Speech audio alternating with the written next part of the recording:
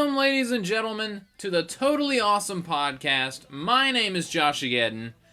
It is a delightfully dreary Monday morning here on December 30th, 2024, at the very end of the year that was, 2024, and I am finally, it took me long enough, I'm finally discussing Sonic the Hedgehog 3, you know, that little movie that came out that is currently beating Mufasa's ass and pissing off Disney execs, like it should.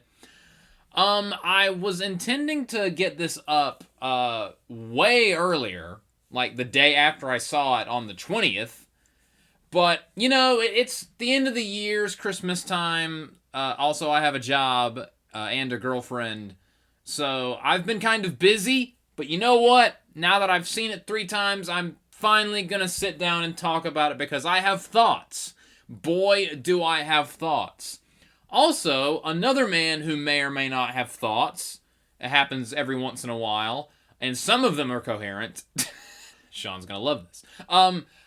Be looking forward to a future episode over on Super Jam Session version 2, where me and Sean together discuss Sonic the Hedgehog 3.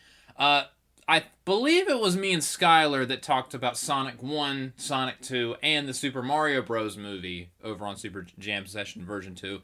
And Sean did an extra jam where it was just him talking about it with a beautiful little ditty on a guitar to kick things off. Which, go watch those episodes over on Super Jam Session version 2. If you want to get caught up to speed as far as our opinions on the movies. And I did do a solo podcast here on the channel for Sonic 1 and Sonic 2. And just like those, if you have not seen Sonic the Hedgehog 3, I recommend you turn this video off because this is going to be spoilerific. It's going to be a spoilerific, spoiler-filled video here, me discussing my thoughts on the movie in full. No stone will be left unturned unless I forget to mention something, which is very likely. I just woke up, so my brain isn't exactly all the way on as of right now. And I know what you're saying. When is it ever? Haha, you're so funny. This is the sound of me laughing.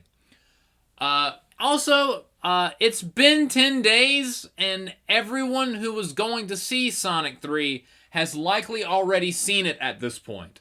So if you want to see it, but you haven't yet, I mean, one of Sonic's most famous sayings is, you know, "You're too slow!" So, there, take that. Shadow is Darth Vader's father. There, I've ruined the movie for you. But, now that all the preamble is out of the way, what are my thoughts on Sonic the Hedgehog? Oh my god, this movie is so good. I've seen it 3 times, and I've loved it more each time that I've seen it. It is an absolutely fantastic movie. Highly recommend. 10 out of 10. Would like to go see again. So yeah, it's a very good movie. Like, Sega and the people, like Jeff Fowler, everyone involved with this production has truly outdone themselves with Sonic the Hedgehog 3. And, like, I love the first Sonic movie. And I love the second Sonic movie. This is next level, though. And in my opinion, each movie was better than the previous. Like, I love Sonic 1, but I thought Sonic 2 was better. This is even better than both of them. This is in my opinion, this is the clear, this is the movie of the trilogy. And honestly, it does what all good trilogies do. Where, honestly, one of my favorite things about the Sonic the Hedgehog trilogy is, while each movie, every movie ever has 3 acts, except for 50 Shades Darker, which for some reason has a bonus 4th act, that completely just destroys the entire movie. But that's an entirely different conversation. But most movies have 3 acts. Most stories have 3 acts. The beginning, the middle, and the end. Trilogies can often, and should often, feel like the first movie is the first act, the second movie is the second act, and the last movie of the trilogy is the third act. And, like, for example, the Lord of the Rings trilogy feels like this. Each movie feels like it has its 3 defined acts, and each movie feels like the act in the trilogy. Like, Fellowship of the Rings feels like the first act. The Two Towers feels like the second act. Return of the King feels like the third act. The original Star Wars trilogy feels this way. The prequel Star Wars trilogy feels this way. The sequel Star Wars trilogy by Disney does not feel this way. It feels like two act ones, and the third act kind of feels like an amalgamation of both of the preceding movies, while trying to also feel like the third act at the same time. God, The Rise of Skywalker is not that great. The more time that passes, the less I like that movie, but my point is, Sonic 1 feels like the first act, very much so. Sonic 2 feels like the second act. This movie, Sonic 3, absolutely feels like the third act of a trilogy. And all good trilogies do this. And also, I've seen a lot of people on social media basically saying, this is the movie that it feels like they've wanted to make. Like, Sonic 1 was definitely set up. And Sonic 2 was, it kind of felt like a lore expansion. Like bringing in different elements like Knuckles, Tails, the Chaos Emeralds, the Master Emerald, yada yada yada. This feels like, okay, now that we've gotten the preamble out of the way, let's get to some good shit. And you could just tell. Probably more than anything else, these three Sonic movies that I love more than anything else is you can just tell that the people making these movies care about the franchise, which historically has been a problem with Hollywood adaptations of, well, anything. It's very difficult for Hollywood to make an adaptation of something without shitting all over the source material. Need I remind you that Dragon Ball Evolution exists? An even more recent example, an even more appropriate example, I have not seen this movie, but the Borderlands movie. Another movie based off of a video game. I have heard that this movie is one of the worst movies of the year. I haven't seen it. Hell, I've never even played Borderlands. But I have heard nothing but this movie is absolute garbage, and the people who made it clearly have never even likely heard of the video games until 5 minutes before they agreed to do the movie. So with that kind of history, seeing people in Hollywood tackle a very famous video game IP, one of the most iconic video game franchises ever, and actually care about the source material, it's honestly kind of miraculous. It is. It's still hard for me to believe that Sonic the Hedgehog 3 is a real movie, considering how much they got right, and how much they got right with the first two Sonic movies. It's genuinely amazing that these three movies exist. And considering the fact that Sonic the Hedgehog is one of my favorite video game franchises, and I grew up with this franchise, and this is the one they decided to finally get right, yes, it indeed does put a smile on my face that is likely going to be impossible to surgically remove. Like, I would hate to go to a funeral immediately after Sonic the Hedgehog 3 because I won't be able to stop smiling, and I'll give people the wrong idea. So, again, hats off to Jeff Fowler, Ben Schwartz, Jim Carrey, Keanu Reeves, Idris Elba, Colleen Shaughnessy, everyone involved with Sonic the Hedgehog, as far as the movies are concerned. Everyone involved deserves a massive, just unending round of applause. Joker Folie à Deux does not deserve an 11-minute standing ovation. The people that worked on these movies, that absolutely have shown that they care, that they are dedicated, they deserve an 11-minute standing ovation. I cannot be more positive. But Sonic 3, getting more specific, as opposed to talking about the movies more broadly, I have very little negative to say about this movie. No movie's perfect, of course. And I guess I'll go ahead and get some small criticisms out of the way. Honestly, my main criticism of the movie is sometimes it goes a little too quickly. which is very ironic considering Sonic the Hedgehog. His whole thing has got to go fast. And like for example, when they go to the Chow Garden, which was a brilliant inclusion, and they basically are like, all right, Commander Walters, hit it, exposition, lay it on us. And he goes a little too quick into the exposition. It very much feels like, okay, this is the important stuff you need to know. Now we can go do stuff. Let's go talk to Jim Carrey, who's fat now. They went a little too quick into that. Like, there was a very, like, they sat down and they were like, all right, who's this angry black and red hedgehog? And Commander Walters is already, like, mid-monologue. And I'm like, okay, we could have transitioned into this a little bit more smoothly. There are times when the movie just goes a little bit too fast into, all right, come on. No time to waste. We got some shit to get into. You want to see these guys fight in space with Live and Learn in the background? Well, you know what? We want to get to that point too. So we've got to get to that. We've got to explain. We got to explain, but we're gonna do it quickly. We know that you don't want to sit here and listen to us explain, so we're gonna explain on fast forward. And sometimes it does feel like that. But honestly, in all honesty, that's like my main criticism of the movie, and it's a very, very minor criticism. That, and sometimes, while I thought the movie was absolutely hysterical, and I thought the humor was more well done and well balanced in this movie than the previous two, there are some times where we get either a heavy emotional moment or a really awesome moment, and they immediately cut to something wacky and goofy and funny. And there is a bit of a tonal clash.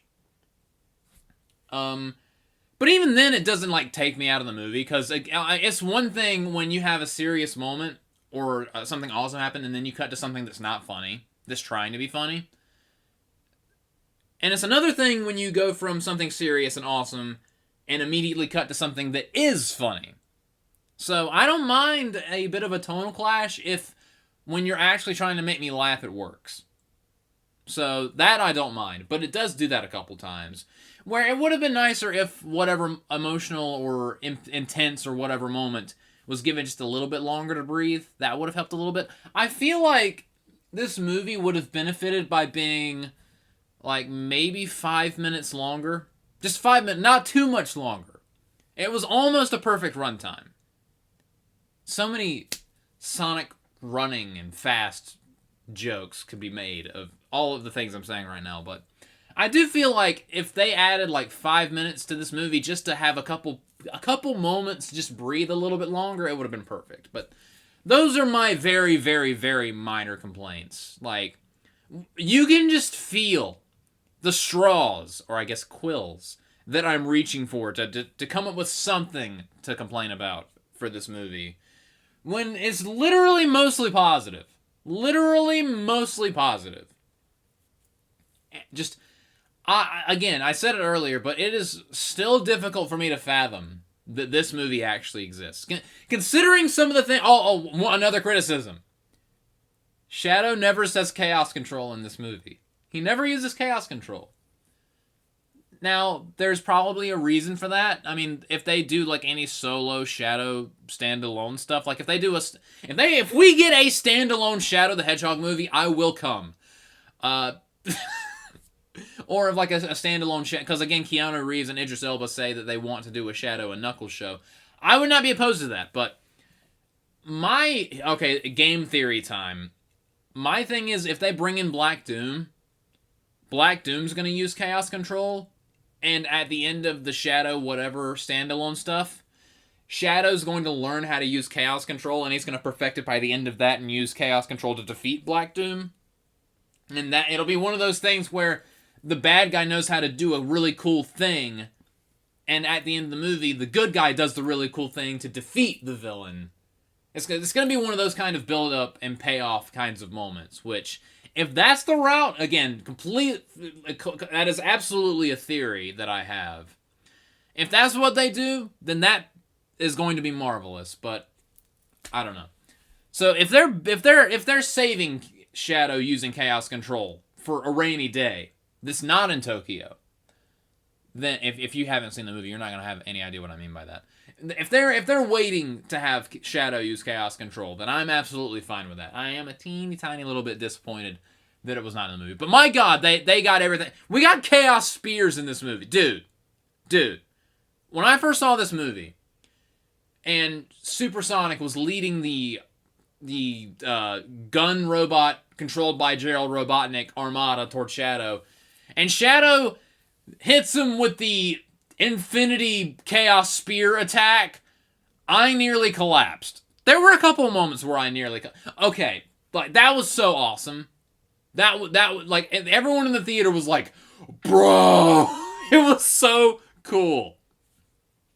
It was glorious. Moments like that, just moments of sheer badassery, just absolutely fantastic. But speaking of moments that nearly knocked me out of my chair, where I was just rendered a quivering mass of excitement and happiness, I knew that I was in for something special when, near the beginning of the movie, Sonic and Tails and Knuckles are about to jump out of the gun helicopter over Tokyo to find Shadow the Hedgehog. Sonic looks at female gun soldier, whatever her name is, and Sonic says, "Talk about low-budget flights, no food or movies, we're out of here." 10 out of 10. Great reference. The best movie ever. That is a direct verbatim quote from Sonic Adventure 2 from the beginning of the game when he jumps out of a gun helicopter right before City Escape. Oh, I legitimately could not believe my ears. I audibly, like uncontrollably went, "Oh my God." I could not handle. It was one of those moments in the movie where I just could not handle. I could not deal. I cannot believe that they put that in the movie. That was when I was like, okay. Alright. We've got a winner here. Actually, even before that. Sonic is racing Tails and Knuckles, but it's a distraction for his B. Arthur Day celebration, which was the B. Arthur joke was hilarious. As a fan of the Golden Girls, Mazel Tov. But when he, quote-unquote, loses to the Tails and Knuckles hologram, the first reference, okay, so they have a goal, and they have an end goal thing set up. Whereas in the classic Sonic games, when you get to the end of the stage, he runs past this thing sticking out of the ground, and it spins around. It's the end goal.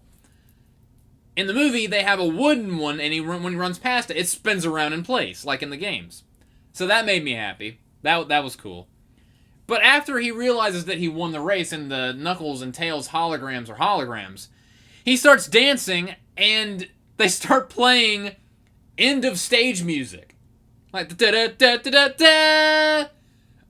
I was gonna say, if a letter grade, like if a rank A appears on the screen, I'm actually gonna bust. I will bust in front of everyone here in this theater. I will be asked to leave. The fact that they played the end of stage victory music. They thought of everything. Oh, speaking of Sonic dancing, one reason, a huge reason as to why I think Sonic 3 is better than Sonic 1 and Sonic 2. No one flossed in this movie. That immediately makes it better than the previous movies. If I could go back in time and just get the master edit of Sonic 1 and Sonic 2, I would remove any and all flossing from those movies. Flossing is stupid. It has always been stupid. Fortnite is garbage. I hate that they tried to cram that into literally every aspect of human existence. It was in the Avengers movie. It was part of the promotion for a Star Wars movie. I would like it to stop. I'm glad that Fortnite is not popular anymore, but the fact that there are Sonic movies where Sonic and Eggman floss, that injures my soul. Every time I see Sonic 1 and Sonic 2, That makes me cringe so hard. Thank God there's none of that crap in Sonic 3. So yeah, best of the trilogy, because no one flosses. But anyway, enough of me complaining about Zoomers and popular culture that I just don't get and I despise, which there's plenty of me doing that throughout the history of my life. There's a lot of that on this channel. Me old man complaining about... Old man yells at microphone. That's what I should rename my podcast. But yeah. I cannot believe... The amount of references that they threw into this movie was just ridiculous. Like, the end of stage music, the low-budget flights quote, the fact that when Shadow and Maria are in a flashback watching a movie about the alien freak... The alien freak in the movie is the Bio-Lizard, which is the only time we ever see the Bio-Lizard, but that was a nice little reference. And there are a lot of changes from the game, because again, this is basically a live-action adaptation of Sonic Adventure 2. Which it is a very, very faithful adaptation of that game. Although they do change some things to make it fit. Nothing that they changed came off as disrespectful or... It was more, what can we put into the movie that can feasibly fit and work? And what can we leave out that we don't necessarily need? Because there are a couple things that they left out that honestly, I feel like if they included it, it would have overcomplicated things. For example, I would have loved for them to have the Bio-Lizard, but they didn't really need the Bio-Lizard in the movie since Gerald Robotnik is alive. So, I can understand them not having the Bio-Lizard. I like the reference to the Bio-Lizard with that movie. And it was honestly in the same vein as the whole reason the Bio-Lizard character exists in Sonic Adventure 2. In Sonic Adventure 2, for those of you that don't know, the Bio-Lizard was Gerald Robotnik's initial attempt to create the ultimate life form. And it's basically a crazy monster that Shadow has to fight at the end of the game. And it's basically Shadow fighting his inner demons manifested into physical form. Because Shadow does a babyface turn after he has a conversation with Amy about Maria wouldn't want you to blow up the Earth. And he remembers, oh yeah, that's right, Maria's promised. She doesn't want me to blow up the Earth, so I'm not going to do that. So him fighting the Bio-Lizard is basically it's an external struggle that represents an internal struggle. The cameo that they put in the movie, where basically, beware the alien freak, which is what people look at Shadow as, that's basically Shadow and the Bio-Lizard's relationship, their duality. That is basically what they used in the movie, except they whittled it down to a brief cameo. Probably one of the more brilliantly done cameo appearances that actually ties into Shadow's character very well, because Shadow mentions it later saying, they look at me like that alien monster in that movie we watched. Shadow sees the alien monster as an extension of himself. This is what people think when they look at me. And that's kind of their relationship in Sonic Adventure 2. So, again, they really did their homework. Even though the Bio-Lizard and the Final Hazard are not part of the movie, they still kept that idea in the movie, that comparison, that external struggle that mirrored an internal struggle. They still kept that idea in a very brilliant... and like they were like, if we can't have the Bio-Lizard be the big bad at the end, we can at least put that in the movie somewhat for that same comparison, that same struggle that Shadow's going through. So I do like that inclusion. Also, they did not have Maria's illness in the movie, which again, if they put that in, that could have overcomplicated things. And there was no Space Colony arc. There was just the Eclipse Cannon, which in the game, the Eclipse Cannon is part of the Space Colony arc. So they did change a couple things, but I was totally fine with the things that they changed because it works because again, that stuff works in a video game, and I feel like if they tried to add all this stuff and make a one-to-one retelling of the game, I feel like it would have made the movie a little bloated and clunky. And I feel like they were very selective and careful with what they took out. Because again, if you adapt something to a movie, it's not gonna be a one-to-one. You're gonna have to know what to keep in and what to take out. And I think that the things that they took out for a reason, and I approve. It would have been cool to see these things, but what we got, I'm fine with.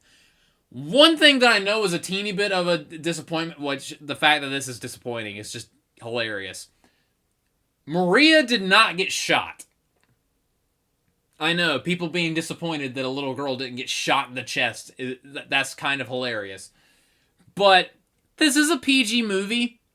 You're not going to see a soldier shoot a little girl in a PG movie. It's not going to happen. So, I kind of figured that going in. So, the way they did it, like them struggling over the gun, and the gun going off and hitting a canister that contained Shadow's power, that caused an explosion, and that killed Maria. I'm like, okay. That's honestly the smartest way they could have done that in a PG setting. They didn't show too much. Would I have been okay with a PG-13 movie where they could have done a little bit more of a faithful adaptation? Sure. But what they were very intelligent and very, very, what's the word I'm looking for? Tasteful. They were very tasteful in the execution of Maria's execution. And I'm fine with that. I'm fine with that. I think that whole scene was brilliant and heartbreaking. And so yeah, we didn't get a little girl getting shot in the chest by a soldier. Sad face. What a world we live in. But the way they did it, I think, is about as tasteful and classy as you could have done that kind of idea. I mean, it's the darkest moment in the entire franchise. Either that or, Gerald Robotnik being executed via firing squad. Which I knew we weren't going to get that in the movie. There's no way you're going to get execution via firing squad in a PG movie. That is the whole Gerald Robotnik, Maria Robotnik story in Sonic Adventure 2 is the darkest Sonic has ever gotten. And I'm totally fine with the way they went about it in the movie. Because again, PG, you're only going to get so much. But that does segue me nicely into this. Okay. I've said many times. I've said many times that Shadow the Hedgehog is my favorite fictional character. Not just my favorite Sonic character, my favorite character in all of fiction. I love this black and red hedgehog so much. They did him perfectly in this movie. Because there was some concern. There was some concern about them taking the, he's just an edgelord approach. He's always sad. He's always mad. He's gloomy and broody and edgy. And did I mention that he's edgy? I mean, the nickname Edgy the Hedgy kind of exists for a reason, because there are some games where Sega kind of leaned into that a little too much. As much as I enjoy the Shadow the Hedgehog video game from 2005, they kind of went a little too hard in the, Shadow's so hardcore. This isn't your grandpa's hedgehog. And that kind of gave a false perception of who Shadow's supposed to be. And of course, the parody of Shadow that is Sonic Boom Shadow did not help matters by just amplifying that to the absolute zenith. But, honestly, I was never concerned about them getting Shadow right, because in Sonic 1, they nailed Sonic's characterization, and in Sonic 2. But what really made me not worry about Shadow is how perfectly they got Knuckles in Sonic the Hedgehog 2, which Knuckles is also fantastically done by Idris Elba in Sonic 3, and I'll get into Knuckles a little bit later. But Shadow was done perfectly. Yes, he is dark, brooding, and angry, but he's a tragic character. Like in SA2 and Sonic Heroes, and in Shadow the Hedgehog, he's a tragic character. He wasn't just supposed to be an overwhelming edgelord. He's supposed to be a tragedy. And they captured that part of him perfectly in this movie. And Keanu Reeves was absolutely wonderful as Shadow the Hedgehog. I could not think... I would love to see that alternate universe where Hayden Christensen is Shadow the Hedgehog, but Hayden... I'm sorry, Keanu was the perfect choice. Keanu Reeves was beautiful as Shadow the Hedgehog. Just his line delivery. When he needed to be just, oh my god, I'm scared of this black and red anthropomorphic hedgehog. He nailed those scenes, and the sincere scenes with Maria and the scene with Sonic on the moon. I was over the moon. Just, my god, they got him perfectly. And there was a lot of humanity with Shadow's character in this movie. Like, he was the most serious part of the movie, but it wasn't, like, to an edgy degree. They made him, like, feel like a real character, not just a caricature of an edgelord, which is all you could ask for. They did Shadow the Hedgehog so well in this movie, and he's by far, in my opinion, like, in the game, especially with Shadow Generations completely fleshing out his character, and honestly reviving his character.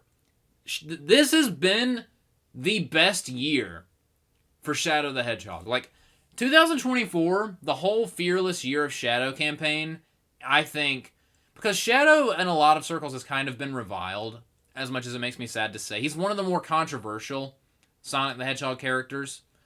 As much as I love Shadow the Hedgehog, and as much as he's my favorite character in all of fiction. But I will say, 2024 is absolutely what Shadow the Hedgehog needed. Like, with the Shadow Generations game, the Dark Beginnings animation on YouTube, and this movie. They absolutely perfected his character, brought him back to a state of relevance, and took him way more seriously. Toned down the edgy caricature of him that people believe he is. And they made him like a legitimate character this year. And I'm so proud of Sega, of Sonic Team, of everyone involved with the movie, for basically resuscitating Shadow the Hedgehog as a character. Because Shadow's cool again. I mean, he's always been cool, but it's cool to like him now. Which, I've always liked him. Through the good times and the bad times of being Shadow the Hedgehog, I've always loved Shadow. He's always been my favorite character. But 2024 is absolutely what Shadow needed as a character, and I could not be happier. He was done flawlessly in the movie. I'm so happy. But there is another character that I think was done just as good, if not even better. Dude, Sonic the Hedgehog's characterization. That is probably the best thing that these three movies have done, which is nail the character of Sonic the Hedgehog. Especially one aspect of his character that was hinted at in Sonic 1, hinted at a little bit more in Sonic 2. We got a full course meal of it in Sonic 3. Yes, Sonic is a goofball. He's silly, he's very quippy. He's a kid. He's basically an ADHD-addled and riddled teenager. They nailed that part of him perfectly. But there's another side to Sonic the Hedgehog that has been bubbling beneath the surface that we got a full course serving of in Sonic 3. Do not piss off this blue hedgehog. You will regret it. Dude, when Shadow the Hedgehog accidentally injures Tom in this movie in front of Sonic, dude, when I tell you that an angry Sonic is a scary Sonic, this movie did a fantastic job of illustrating that. When Sonic gets pissed, shit gets real. Pissed off Sonic the Hedgehog does not fuck around. Like, he is the equivalent of fuck around and find out. Because he was like, dude, just his whole demeanor, how efficient he got, how quickly he was like, alright, I'm going to settle some business. Like, dude, Ben Schwartz, Mazel Tov. you deserve an award. Not just for how well you have portrayed Sonic, but when he turns it on when he's pissed, oh my god, it's beautiful. Angry Sonic the Hedgehog and Sonic the Hedgehog 3 is arguably one of my favorite parts of the entire movie.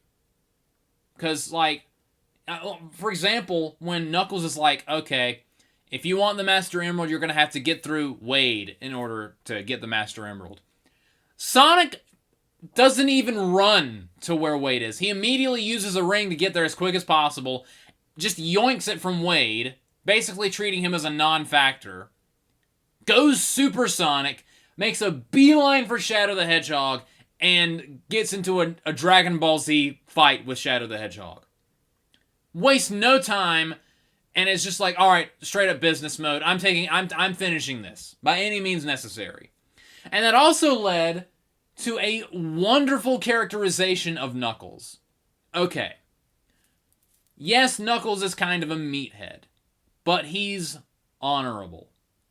When Sonic and Knuckles were like in each other's face and their energy, their electricity was crackling around them because they were pissed, and it looked like they were about to get into a fight, and Sonic was like, tell me, where is the emerald? And Knuckles is like, don't do this. When Knuckles stands down and he's like, look, I made a vow of friendship to you guys, and even if you're going to break it, I'm not going to break it. It's important to me. That right there, that is the best Knuckles moment I've ever seen. That was such an incredible moment for Knuckles. Knuckles choosing... his name is literally Knuckles. And he chose peace instead of war because he knew that just letting Sonic have his way would lead to less problems. People say Knuckles is dumb. That is one of the most intelligent choices. Like, that is such a wonderful characterization of Knuckles, but that is the smart move. Knuckles used his brain. He was like, you know what? This fight isn't worth it. Go ahead and take the Master Emerald. I've still got your back, though. I don't agree. You're pissed off. You're making the wrong choice. But I'm not going to let this ruin our friendship. And honestly, the fact that he backed off and let Sonic do his thing, that led to the good guys winning. Yes, it was dickish of Sonic to run off like that because he was pissed. But Sonic apologized and Knuckles forgave him later in the movie. But Knuckles deciding to stand down led to him being 100% and Tails being 100% for the end of the movie. Basically, Knuckles doing that saved the day. Because if he got into a fight with Sonic, then who knows? Maybe Gerald Robotnik would have won in the end. But the fact that Knuckles decided to stand down, that right there is a wonderful characterization of Knuckles. I'll say it again, the fact that a character named Knuckles chose peace instead of war for the betterment of everyone, for the betterment of his friendship with Sonic, that is brilliant writing right there. That is symbolism, that is everything I want out of Sonic the Hedgehog. Knuckles standing down is one of the best character choices, honestly, I've seen in a movie like this. That is such brilliant writing. And it's so thematic. Just, again, whoever thought of that deserves all of the raise. Does not deserve a raise, deserves the raise. Deserves all of the raise. And I also want to talk about how Tails... Honestly, if there's another criticism I would kind of have for both of these movies, Tails is, honestly, he's the same way in the games. He's absolutely the sidekick. He can tell Agent Stone all he wants to till he's blue in the face, like his best friend Sonic. He can tell Agent Stone all he wants to. Oh, well, I'm not his sidekick. I'm his friend. Bro, Tails is such a sidekick. I love him. He's adorable. And he plays his role well, but Tails is Tails. Like, he's unassuming, boy genius Tails. Tails is Tails. And if there's one thing in these movies that I'm kind of like, it's not that I think that they did Tails poorly. It's that his characterization is more just a one-to-one characterization from the games, which his characterization in the games has largely just been Sonic's friend who's smart. They need to lean into, in future movies and future things that they do with Tails, they haven't really leaned into yet, but the better, there are parts of Sonic games where Tails' moments are basically where he's a kid, but he does the right thing, even though he's scared. We haven't really gotten Tails doing something brave when he's terrified. Like, standing up to his own fear. That is when Tails shines. We haven't really gotten that in the movies yet. Keyword, yet. I mean, we're getting Sonic 4, and I have no idea what they're going to do for Sonic 4. But we need some of Tails being brave. Even if he's scared. We need some of that in a future installment. We need some fleshing out of Tails' character. I've liked what they've done with him so far, but in comparison to Sonic's characterization, Knuckles' characterization, Eggman's characterization, Shadow's characterization, Tom's relationship with Sonic, which was also great in this movie and has been great in all three movies, Tails, they've done Tails fine. It's just he's fine. That's my thing. It's a good thing and a bad thing. They haven't done Tails dirty. But they haven't done anything really special with Tails. The best thing that they've done with Tails in the Sonic movies is Sonic tucking him in next to the fire in that weird Siberian bar, and Tails using his tails to cover up Sonic to keep him warm. That's the best characterization of Sonic and Tails' relationship in the movies thus far. And I'm just waiting for them to do a little bit more with that. We didn't really get all that much from that in this movie. We got some really cool Tails moments, like him jumping out of the Eclipse Cannon to catch Sonic, which led to another badass Knuckles moment of him saving both Tails and Sonic with that last ring at the end of the movie. Also, the whole break glass in case of emergency bit was hysterical. But that also brings me to another star of this movie. Probably the person that Sean's been like, when are you going to talk about him? When are you going to talk about him? Right now! Jim Carrey. This dude. Jim Carrey has not been this absolutely unhinged in a while. My God. Okay, Shadow the Hedgehog is my favorite fictional character. Jim Carrey is my favorite actor. Oh my God, I was in heaven during this movie. We got 2 Jim Carreys for the price of 1. And he was brilliant. He's always been brilliant as Dr. Eggman. But as Gerald Robotnik, and Eggman at the same time, Mazel Tov. Brilliant. Some people have been complaining that some of his scenes kind of cut into an epic moment or a deep moment and kind of was oh, now we're funny, haha. I don't mind that because I'm such a Jim Carrey tard. So I thought he was brilliant in this movie. And he was Jim Carrey, Dr. Eggman's arc in this movie was also fantastic. But dude, Gerald Robotnik was so perfect as the main antagonist of this movie. The driving force of the entire plot. He's basically a second, but more evil Dr. Eggman. He's like if Dr. Eggman was scary. He has a couple moments where you're like, dude. The best line he has in the whole movie is when he reveals that he's going to destroy the Earth and himself. He literally admits to Dr. Eggman, probably the darkest moment in the entire movie, is when he looks at Dr. Eggman and he's like, it's going to incinerate the Earth. And us. This is a suicide mission. Basically admitting that he has nothing to live for. His granddaughter Maria was his whole world. And now that she's gone, that they took her from him and imprisoned him for 50 years, he's destroying everything, including himself. That's dark. That is dark as shit. But when Dr. Eggman's like, you can't destroy the Earth. Like, you can't annihilate the Earth. Together we can rule it as a family. And when Gerald's like, if anyone should renounce humanity, it should be you. They've rejected you. They hate you.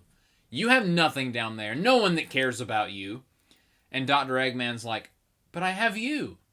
We're family. And Gerald's like, oh, Ivo, you're no Maria. Dude, that was such a line. That was such a line.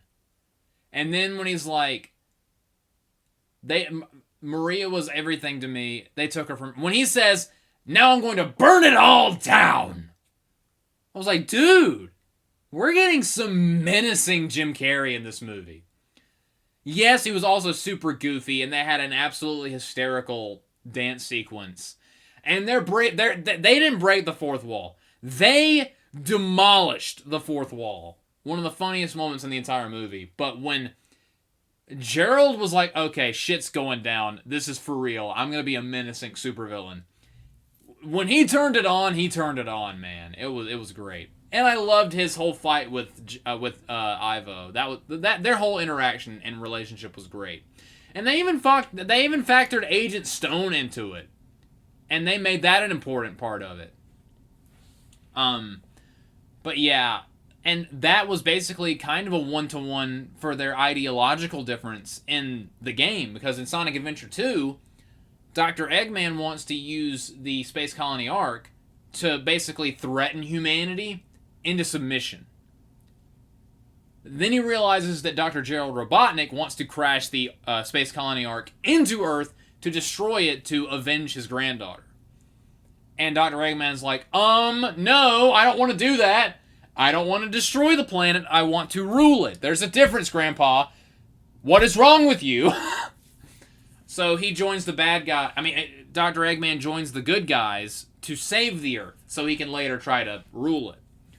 And they kept that characterization of him in the movie. They have that ideological difference intact in this movie. And while the fight between Dr. Eggman and Gerald Robotnik is super goofy and played it for laughs, the ideological difference that they kept in this movie really made it resonate with me. Because it was, again, it's the same as in the games. And it's perfect characterization. Because again, Dr. Eggman does not want to destroy the Earth. He wants to rule, he wants to create Eggman Land. He wants the entire world to be under his thumb. You can't rule a world if the world doesn't exist. He even says so much when he sacrifices himself. If I can't rule the world, I might as well save it. Also, the way they killed Gerald Robotnik was absolutely hysterical. Not so much the quill to the ass, but the way that he went into that chaos energy field and just... That is honestly hilarious and terrifying, just how quickly he disintegrated. Just... That was it. It was a bug zapper. But, dude, I thought that Shadow sacrificing himself was going to be the heartbreaker. Like it was in Sonic Adventure 2. Which it was. But, dude, Dr. Eggman's speech to Agent Stone, where he even brought up I'm going to miss your lattes with steamed Austrian goat milk. I love the way you make them. Dude. They didn't have to do that, but they did. They're literally up there going, audience, cry! Cry, damn it! Shed a tear! Eggman's not dying until you cry. That was basically what Jim Carrey was. He was basically demanding the audience cry. And damn it, I didn't cry, because I'm a man! But I did have a little bit of a knot in my throat. I won't lie. That was emotional. The callback to a funny line from the first movie that really shows the appreciation that Dr. Robotnik has for Agent Stone, and how he finally acknowledges him as a friend, which is all Agent Stone has ever wanted. That was such a perfect way. Because they could always if Jim Carrey decides he wants to come back again as Dr. Eggman, they could always be like, okay, so Shadow used his warp ability to save Dr. Eggman. They could always do that. There's room for that they could do that, because again, I mean, there's no body. There's no dead body, so he might not actually be dead. But if that's how they write off Dr. Eggman, if that's how they kill off Dr. Robotnik, that is such a perfect way for him to go out. That is such a perfect way for him to go out. Like, honestly, like, baby-facing Dr. Robotnik at the end with a sacrifice, that was perfect. That's one of the best parts of the movie. But, dude, we gotta talk about the moment that I did not think was going to happen. We gotta talk about Live and Learn. So, Supersonic tackles Shadow to the ground, and Shadow goes Super Shadow, which got a mega reaction. That was one of the oh shit moments from the movie. Also, real quick, the fact that they kept Super Shadow's form true to the games, because in the games, Supersonic is a yellowish gold. Super Shadow is a more subdued, pale gold. In the movie, Super Shadow is a palish gold. It's almost a white color, which is exactly how he is in the games. They kept everything perfect. The fact that they made Super Shadow the same kind of pale color as he is in the games, mazel frickin' tov, dude. That kind of attention to detail just shows that they cared so much making this movie, and I have so much respect for them for doing that. But yeah, everyone going, oh shit, when we got Super Shadow, and then we got just straight up a Dragon Ball Z fight. When they, first off, Keanu Reeves' villainous monologue, and I thought you cared for them. Especially, what was his name? Tom. Dude, oh my god. Sonic going nuts and hitting him with the mother of all Shoryukens to the moon. That was amazing. But then, of course, we get the heart-to-heart with Sonic and Shadow. We get the babyface turn for Shadow. Recalling the whole "a star still shines even after it's gone" line, which is such a great line. That whole Shadow turning babyface scene was just beautiful. And then finally we get them teaming up, going Super Sonic and Super Shadow with Crush 40's Live and Learn in the background. Oh my god. Dude. That was the hypest part of the movie. That was the hypest part. That was probably the hypest movie theater moment of the year. Because, I'm not gonna lie, I thought we were going to just get some orchestral movie score that would have some similar notes to Live and Learn. I thought that that's what we were going to get. I was not expecting the guitar. I was not expecting the butt rock of Crush 40. I was not expecting Johnny Gioli's vocals when they flew off the moon to go back to the Eclipse Cannon to save the world. I was not expecting them to actually play Live and Learn. That was the moment of the movie. That was the best part of the entire movie. Them playing Live and Learn at that exact moment, that was the highlight of the movie for me. One of those moments, it was honestly like them actually bringing in Tobey Maguire and Andrew Garfield into No Way Home. It's one of those, I cannot believe that they actually did that. It's one of those moments where you can't believe they actually put something in a movie that you didn't think you would ever see for like in a million years. There's no way. There's no way that's going to happen.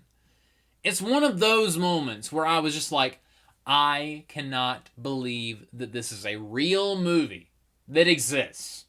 I can't believe that this is real. So, yeah, just mazel tov. Mazel frickin' tov, dude. This movie is just outstanding. I love Sonic the Hedgehog 3. This cannot come out on DVD fast enough. But Sonic isn't done embarrassing Mufasa at the box office. Fuck you, Disney. Just massive round of applause for everyone that had anything to do with this movie. I am in awe. Honestly, I am in awe that this exists. Like, I saw on social media someone say, Sonic 1 is the movie we got. Sonic 2 is the movie we needed. Sonic 3 is the movie we wanted. Here to that. I can't think of a better way to put it than that. That is the movie. That is a movie that I wish I could show younger me. Younger me would lose his freaking mind. Younger me did lose his freaking mind in the theater watching this movie. Are you kidding me? This movie was so hype. Like, literally everything was just... God, this movie was perfection. This was so... Down to Sonic even referencing how much of an edgelord Shadow is by saying, alright, Hot Topic. Dude, just everything in this movie was a home run. I could go on for hours. I've already almost gone on for an hour. And me and Sean will likely go on for another hour talking about how much we both love this movie.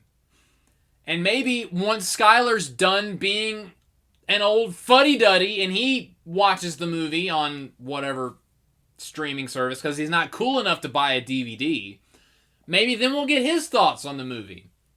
So, get on that, Skylar. Once you're done whining about there not being a Mario 2 yet, yeah, we've got Sonic 1, 2, and 3. You've got one Mario movie. Read them and weep. Anyway, that's enough of me gloating. Oh, and Ben Schwartz has also been saying that he would totally be down and hopes that one day we'll get a Sonic and Mario movie. Dude, we got Shadow the Hedgehog in a movie. Something I never thought I would ever see. The sky is the limit. Anything is humanly possible at this point. I would absolutely love to have a Sonic Mario movie. A Ben Schwartz Sonic, Chris Pratt Mario and Sonic movie. I would absolutely be down for that. But of course, I've got to talk about the post-credit and the mid-credit scene. The post-credit scene was very simple. It was basically, oh, by the way, Shadow's alive. Bye. Which was great. I love the way they did that. But now it has me curious. Are they going to have Shadow have amnesia? Because in Sonic Heroes, when it's revealed that he survived the ending of Sonic Adventure 2, the thing about Sonic Heroes and the Shadow the Hedgehog 2005 game is he has amnesia and he's trying to figure out who he is and what his purpose is. Are they going to do that in the next time we see Shadow? Is Shadow going to know who Shadow is the next time we see Shadow? I'm hoping they do. I'm hoping that we do get the amnesia angle. And that's how they bring in Rouge the Bat and E123 Omega. If we get E123 Omega in a movie, I'm going to swoon. If we get Team Dark in a movie, I'm going to swoon. But honestly, that could easily lead into Black Doom.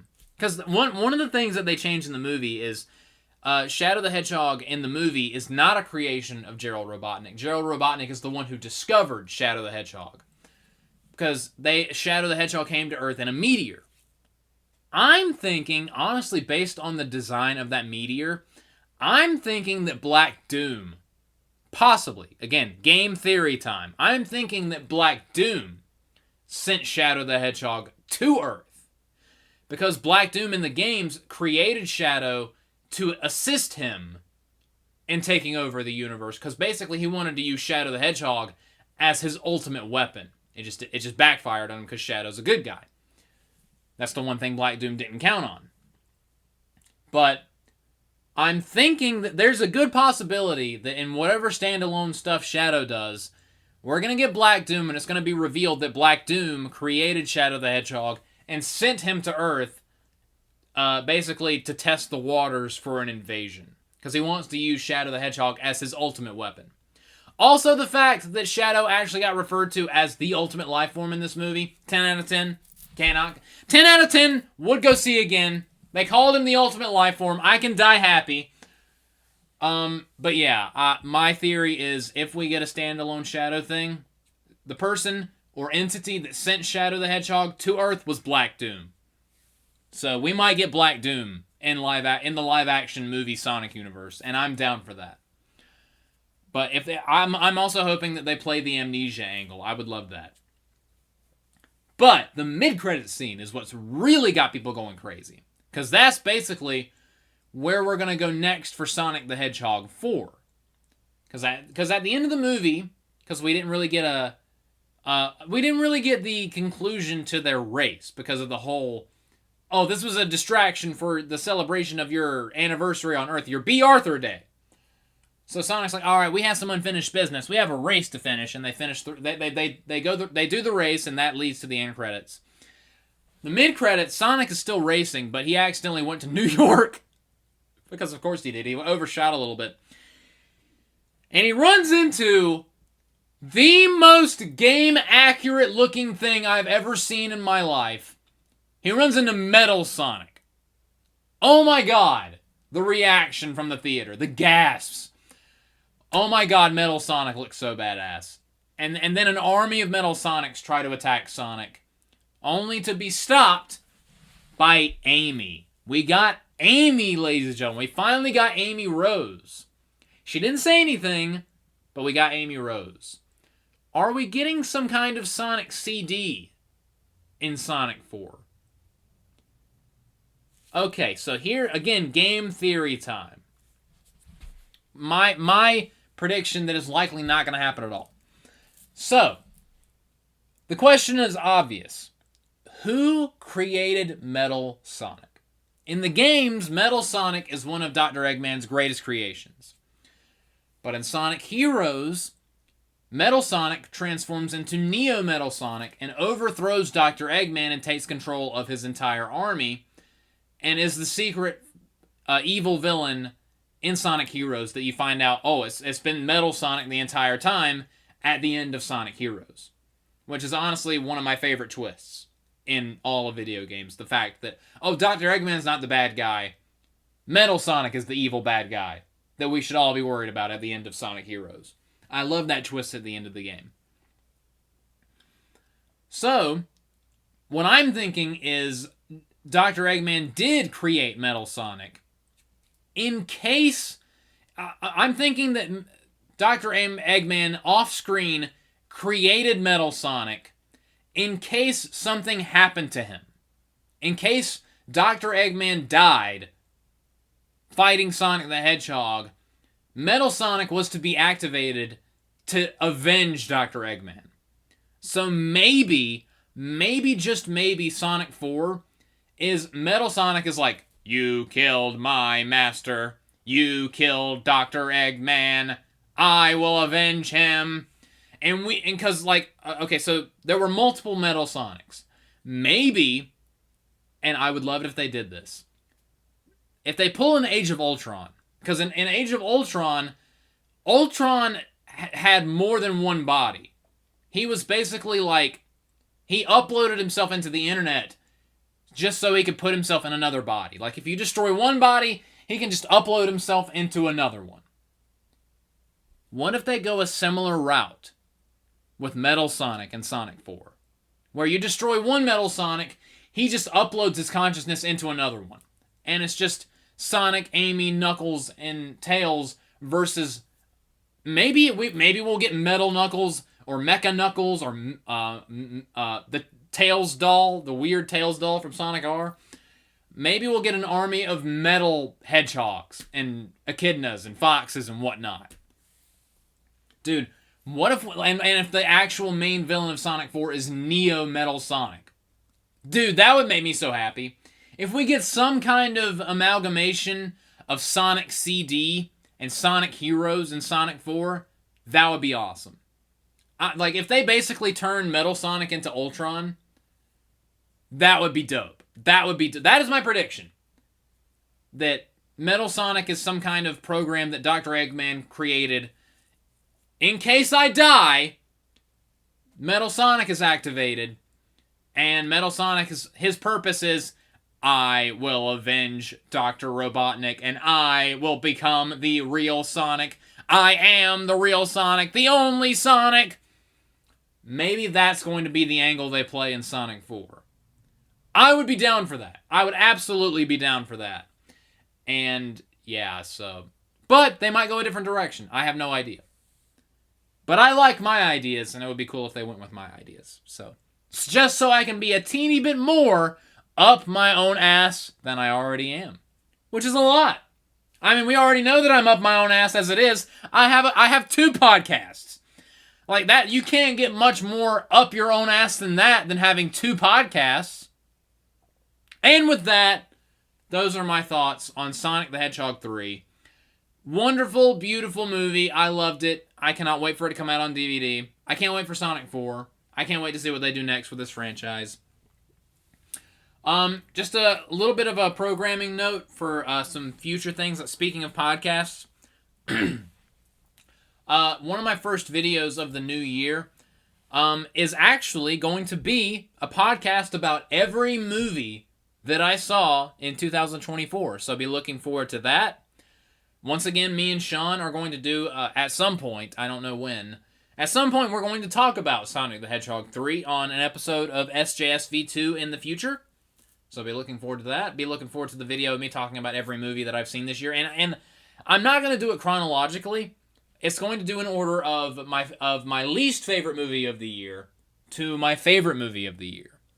Which I'll go ahead and spoil something. Sonic the Hedgehog 3 is not my number 1 pick for movie of the year. It's my number 2. Gasp. Scandalous. What's my favorite movie of the year, guys? If you know me well enough, you'll probably know the answer to that question, but you'll just have to wait to find that out. But thank you guys so much for listening to my thoughts on Sonic the Hedgehog 3. What are your thoughts of Sonic the Hedgehog 3? What's your favorite movie of 2024? And what's the worst movie that you saw in 2024, and why is it Joker Folie à Deux? Just how much of a pile of shit is Joker Folie à Dipshit? Just let me know down below. Like, comment, subscribe, and all that fun stuff, and I will see you guys next time. Good night, everybody.